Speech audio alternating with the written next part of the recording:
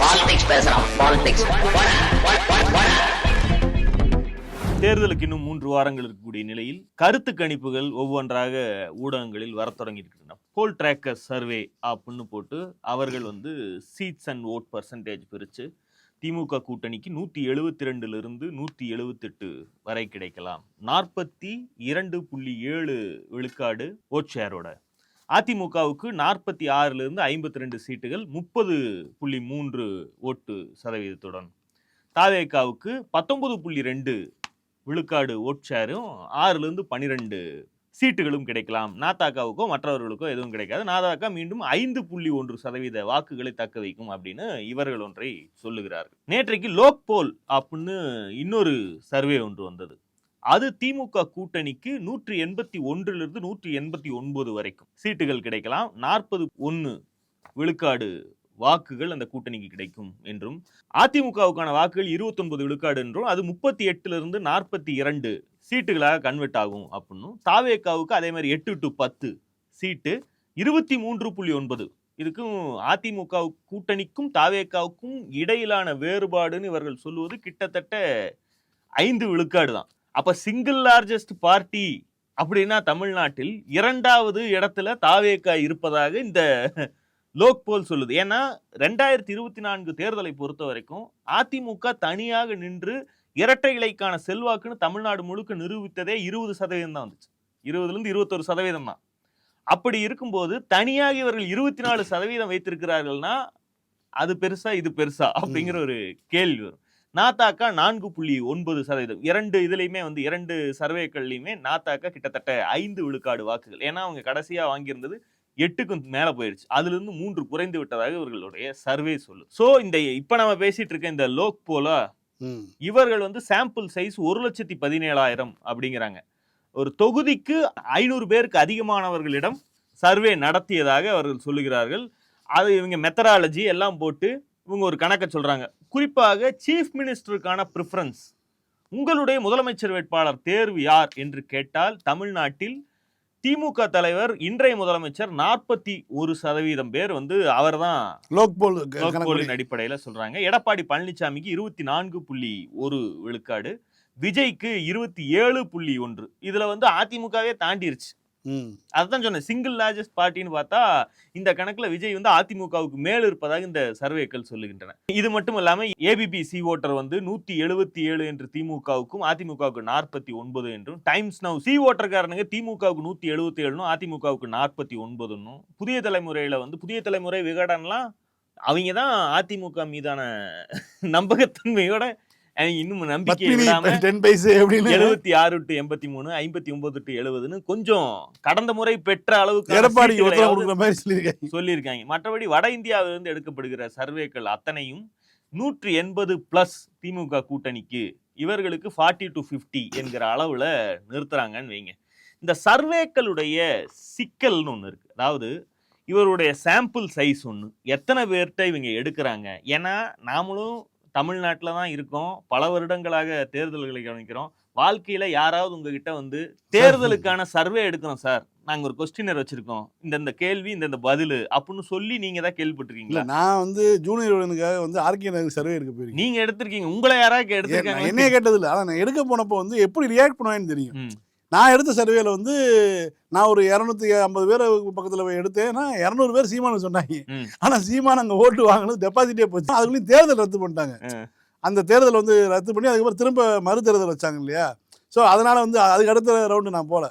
ஆனால் அப்போ போன போது என்னன்னா, மக்கள் சொல்றத ஒன்று சொல்றாங்க, ரிசல்ட் வரும்போது அது வேற மாதிரியான ரிசல்ட்டா இருக்குது. இந்த 250 பேர்த்துக்கிட்ட எடுத்துக்கிட்டு தமிழ்நாடு முழுக்க மெகா சர்வே அப்படின்னு 4 ரேப்பரை வச்சு விட்டு ஒரு மாசத்துக்கு நீங்க வியாபாரத்தை பார்த்துட்டு போயிடுவாங்க. அதை வாங்கி படிக்கிறவன் என்ன நினைப்பான்னா, தமிழ்நாடு முழுக்க கிட்டத்தட்ட ஒரு 2.5 லட்சம் பேர்த்துக்கிட்ட இவங்க சர்வே எடுத்து இந்த மாதிரி சீமான ஆட்சியை பிடிக்க போறாப்புல அப்படின்னு இருக்கானுங்க அப்படின்னு இவங்க முடிவு பண்றாங்க. உண்மை என்னன்னா, நீங்க போய் எடுத்தது 250 பேர்கிட்ட. அதாவது மெட்ராஸ்ல இருக்க விகடனு மெட்ராஸ்லயே சுத்த விட்ட உங்களையே 250 பேர்த்த தான் எடுக்க சொல்லியிருக்குன்னா, இவங்க வடநாட்டுல போதும்ட்டாங்க. அடுத்த நாள் போதேன்னு சொன்னா போதும் எடுத்த வரைக்கும் போதும்ட்டாங்க.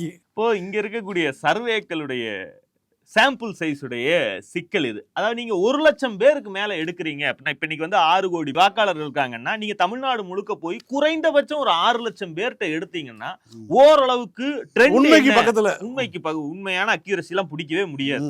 அது வேற பிரச்சனை. ஆனா உண்மைக்கு அருகில் ஆந்திரா தேர்தல் நடந்து முடிஞ்சு இப்ப வந்து நிர்மலா புருஷன் ஒரு குண்டு தூக்கி போடுறாப்புல. நைட்டு 12:15 இருந்து 4:15 ஒரு 17 லட்சம் ஓட்டு விழுந்திருக்கு அப்படின்னா எங்கேயா விழுந்துச்சு? அவங்க மிஷினை உண்மையை வச்சிருந்தாங்க. இப்படி ஒரு தகவல் வருது இன்னைக்கு. 2வது இவர்களுடைய கொஸ்டினர், ஒரு சர்வேல பங்கு பெறக்கூடிய ஒரு பப்ளிக் கிட்ட என்னென்ன கேள்வி எல்லாம் கேட்பீங்க அப்படின்னு ஒண்ணு இருக்கு. இவனுங்க சொல்ற அளவுக்கு அவனுக்கு நேரம் இருக்கணும். இவங்க எந்த லட்சணத்துல கேள்வி கேட்பாங்கிறத சர்வே போடுற பத்திரிகையை உள்ள விரிச்சுப்படுத்தீங்கன்னா என்னென்ன கிரைட்டீரியால பிரிச்சு காட்டியிருக்காங்கன்னு பார்த்தாலே அது தெரிஞ்சு போயிரு. இதைத்தான் அவனுங்க அதுகிட்ட கேட்டிருக்கானுங்க. இதுக்கெல்லாம் அவர்கள் எப்படின்னா ஜெனரிக்கா தான் இங்க பதில் சொல்லுவாங்க. இன்னொன்னு, இப்ப நீங்க ஒரு உதாரணத்துக்கு யார் முதலமைச்சர்? மு.க. ஸ்டாலினா உதயநிதி ஸ்டாலின் கேட்பாங்க. இப்ப இதுலயே அந்த கட்சிக்கு வாக்களிக்கிறவங்களே 2ஆ பொளந்து போயிடும். இதெல்லாம் தாண்டி நீங்க கரெக்டாவே கேட்டாலும் தமிழ்நாட்டில் முதல்வர் வேட்பாளராக ஊடகங்கள்லாம் யார் யாரையெல்லாம் கட்டமைக்குதுன்னு பாருங்களேன். இன்றைய முதலமைச்சர், எதிர்க்கட்சி தலைவர், அதற்கு பிறகு சீமானு, விஜய். நியாயத்துக்கு சீமான் தான் 3ஆவது இருக்கணும். 8% ஓட்டோட இருக்காது. அவரே சொல்லிட்டாரு, என்னை ஜோக்கரா தான் சப்ஸ்டியூட்டா தான் வச்சுக்கிறாங்க. நான் எப்பயாவது 3வது ஃபோர்ஸா வரலான்னு பார்த்தா ஒரு தடவை வந்தேன், கமலை இறக்கி விட்டாங்க. இன்னொரு தடவை வந்தேன், மக்கள் நல கூட்டணின்னு இறக்கி விட்டாங்க. இந்த இப்பவாவது ஆசையா வந்தேன், இந்த தற்கூரி இறக்கி விட்டுருக்காங்க. என்னை எவன்டா கோபாலகிருஷ்ணன் கூப்பிடுறீங்க, எல்லாரும் சப்பானி தான்டா கூப்பிடுறீங்க அவரு புலம்புறான்னு வச்சேன். சரி, இவங்க 4 பேர்னு வச்சுக்கோ. இந்த 4 பேர் யாருக்கு ஓட்டு போடுவீங்கன்னு கேட்டா அது வரக்கூடிய விடை வேறு மாதிரி இருக்கும். சொல்லக்கூடிய நபர்கள் வந்து, இப்ப நீங்க உதாரணத்துக்கு சீமானுக்கோ விஜய்க்கோ வாக்களிப்பதாக சொல்லக்கூடிய நபர்கள் தங்கள் தொகுதியில் அவர்கள் 2 பேரும் கேண்டிடேட்டா நிக்கிறாங்க. என்னுடைய தொகுதியில் விஜய் வேட்பாளராக நிக்கிறார்கள், சீமான் வேட்பாளராக நிற்கிறான்னு நம்பிதான் அந்த பதில சொல்றாங்க.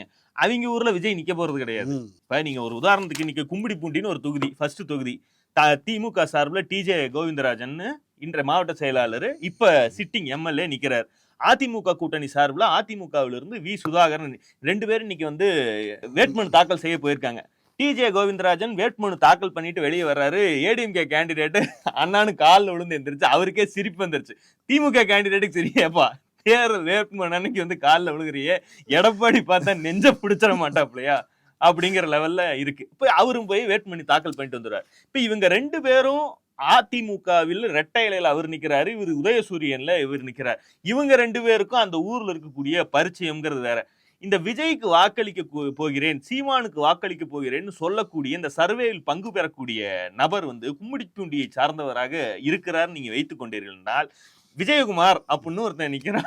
எந்த விஜயகுமார்? தெரியல வர விஜயகுமாரா? இல்ல, இது வேற ஏதோ விஜயகுமார். நீங்க யாருன்னே எங்களுக்கு தெரியாது.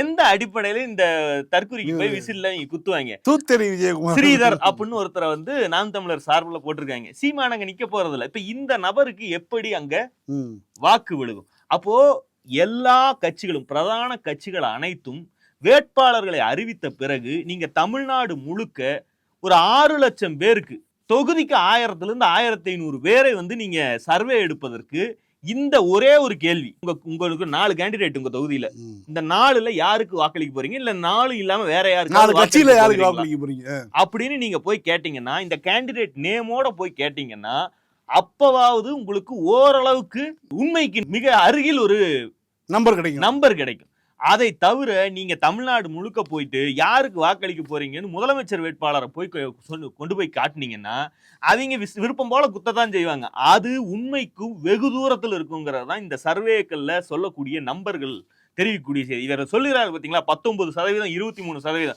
இது உண்மை என்றால் அதிமுகங்கிற கட்சி அழிந்து விட்டதுன்னு அர்த்தம். தமிழ்நாட்டில் சிங்கிள் லார்ஜஸ்ட் பார்ட்டினா 2வது இடத்தில் தாவேகா இருக்கிறது அப்படிங்கிறது இந்த இவர்கள் சொல்லக்கூடியது உண்மைனா அது நடக்கும். களத்தில் உண்மை அப்படியா? அதிமுக என்கிற கட்சி, நம்ம திமுக காரனை வச்சு அதிமுகவுக்கு எலிவேஷன் கொடுக்கிற அளவுக்கு இவங்க கொண்டு வந்து விடுறதுக்கு காரணம், உண்மையில திமுகவுக்கு தெரியும் இல்லையா தன்னுடைய எதிரியுடைய பலம் எது, அந்த சின்னம் போய் சேர்ந்து இருக்கக்கூடிய இடம் என்ன, அந்த கட்சியுடைய வேட்பாளர்கள், மாவட்ட நிர்வாகிகள், முன்னாள் அமைச்சர்கள், அவர்களுடைய செல்வாக்கு என்ன, அவர்களால் எத்தனை வாக்குகளை அந்தந்த பிராந்தியத்தில் வென்றெடுக்க முடியுங்கிறதெல்லாம் திமுகவுக்கு தெரியும். நீங்க இங்க உட்கார்ந்துகிட்டு விஜய்க்கு 30, சீமானுக்கு 15 சொல்லுவதுல எந்த பொருளுமே இருக்காது. இன்னொரு பக்கம் வந்து இன்னைக்கு அக்னி நியூஸ் சர்வீஸ் அவர் 2ஆம் கட்ட திரும்ப ஏற்கனவே ஒன்று கொடுத்தாரு, இப்போ திரும்ப 2வது தடவை சொல்லியிருக்காரு. இதுவும் பார்த்தா இதுவும் திமுக தான் சொல்லியிருக்காரு. அவர் கிட்டத்தட்ட 180 இடங்களுக்கு மேலே திமுக தான் சொல்லியிருக்காரு. ஆனால் வந்து விஜய்க்கு வந்து 9 விழுக்காடு தான் வாக்குகள் சொல்லியிருக்காரு. அவர் சொல்கிறது வந்து 44% திமுக வாங்கும், 38% வந்து அதிமுக வாங்கும், 9% விஜய் வாங்குவார், 6% வந்து நான் என்டிகே வாங்க, அந்த மாதிரி ஒரு நம்பர் சொல்கிறாரு. 2021 தேர்தலுக்கு நெருக்கமான ஒரு நம்பர்களைத்தான் நீங்க வந்து எந்த கட்சியுமே வாங்க முடியும். அதிலிருந்து விஜய் யாருடைய வாக்குகளை பிரிக்கிறார்களோ அவங்களுக்கு மட்டும் குறையுங்கிற மாதிரியான ஒரு சிச்சுவேஷன் தான் இருக்குங்க.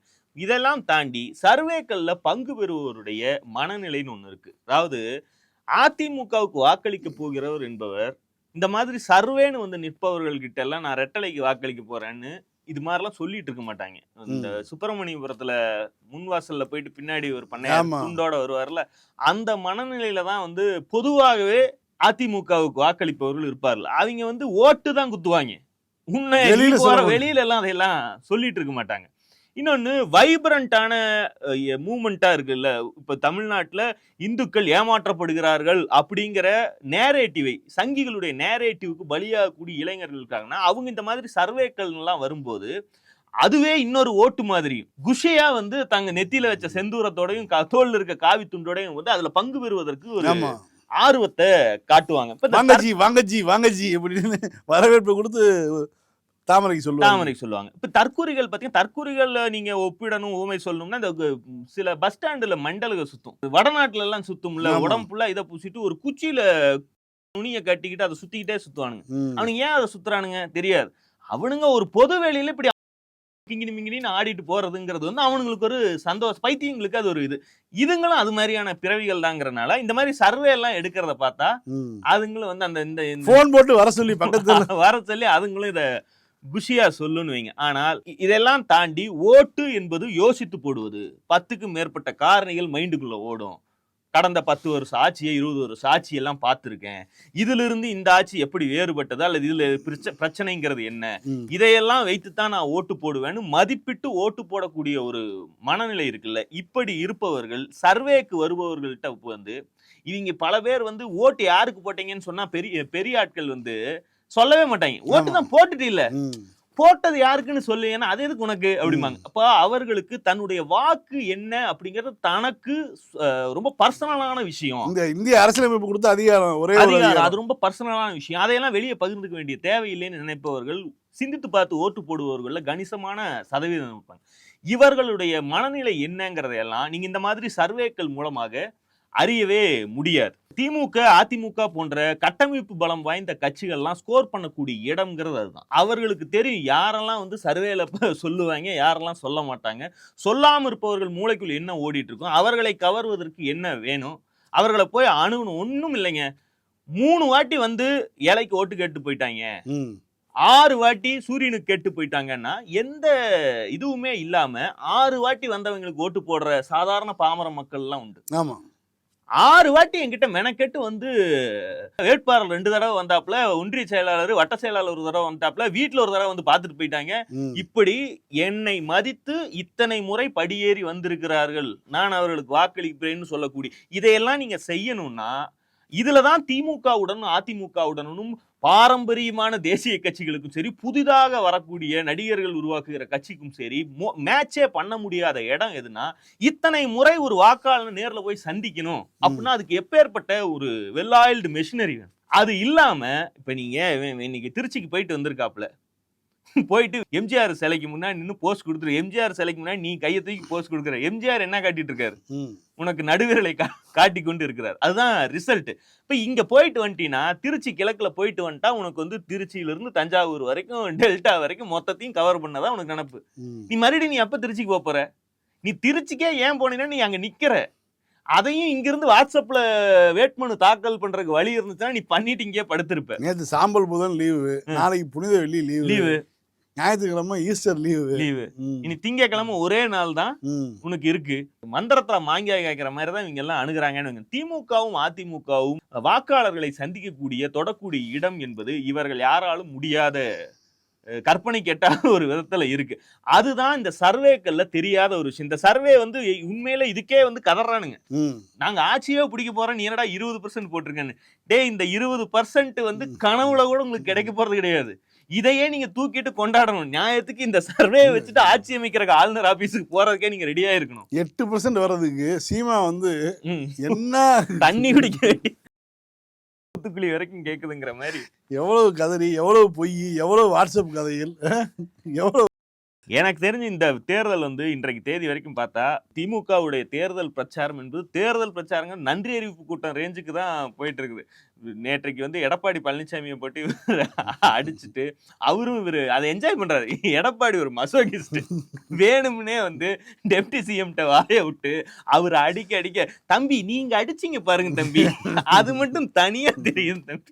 வடிவேல் சொல்லல, திருநெல்வேலியில போய் வம்பிழு அல்லையிலேயே போட்டு மிதிப்பானுங்க, எல்லாம் பிரஸ் ஆயிருங்கிற மாதிரி எடப்பாடி வந்து திமுக வாய விடுறதையும் இவர்கிட்ட மிதி வாங்குறதையும் ஒரு வழியா வச்சிருக்காரு. இப்படித்தான் எலெக்ஷன் இவரு முரட்டு அடிமைன்னா அவரு வார்த்தையை மாத்தி போட்டு முரட்டு பக்தருங்கிறாரு. அப்படின்னா அடிமைக்கும் பக்தருக்கும் அவர் வந்து அவரு தமிழ்ல அப்படியே விளையாடுறாரா பார்த்து முரட்டு பக்தர்ன்ட்டாங்க. அவருக்கு என்ன புரிய மாட்டேங்குதுன்னா, இந்த தேர்தல்ல அடிமைன்னு ஏன் இவரை சொல்றாங்கிறது 10 வருஷமாயும் அவருக்கு புரிய மாட்டேங்குது. அவருடைய 4.5 ஆண்டு ஆட்சி காலம் வழக்கம் போல ஜெயலலிதா அம்மாட்ட இருக்கும்போது எப்படி இருந்தோமோ அப்படிதான் இருக்கும் இப்பயும்.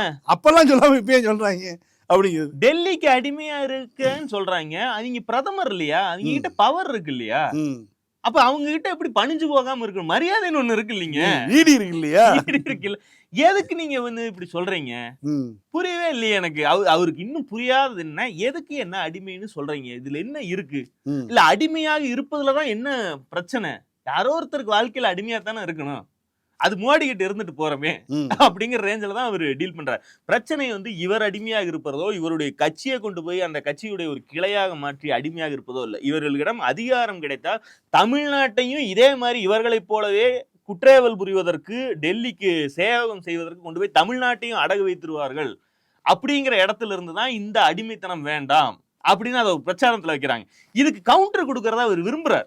தன்னை ப்ரூஃப் பண்ண, நான் என்ன தப்பு செஞ்சேன், இதுவெல்லாம் ஒரு பிரச்சனையா, ஊர் உலகத்துல யாருதான் அடிமையா இல்ல அப்படிங்கிற இடத்துக்கு அதுக்கு விளக்கம் சொல்லக்கூடிய வேலையவே கிட்டத்தட்ட 10 வருடமா அவர் செய்து கொண்டே இருக்கிறார். தேர்தல் தோல்விகள் கூட அவருக்கு வந்து இது தப்பு, இது வந்து டிராப்பு, சொதப்புனா ஒத்துக்கணுங்கிற மாதிரி இந்த அடிமைங்கிறத ஆமா நான் பைத்தியம்னு ஒத்துக்கிட்டீங்கன்னா அடுத்த அடிக்கு போவாங்க. நீ இதுக்கு டிஃபெண்ட் பண்ணிட்டே இருந்தீங்கன்னா ஓ இந்த அங்கிள் முட்டாய் வாங்கி தராருன்னா அங்கேயே திரும்ப திரும்ப கொட்டுவாங்கங்கிறத அவருக்கு புரிய மாட்டேங்குது. மீண்டும் சந்திப்போம். லைக் பண்ணுங்க, ஷேர் பண்ணுங்க, சப்ஸ்கிரைப் பண்ணுங்க, கமெண்ட் பண்ணுங்க. பாலிடிக்ஸ் பேசுறோம். பாலிடிக்ஸ்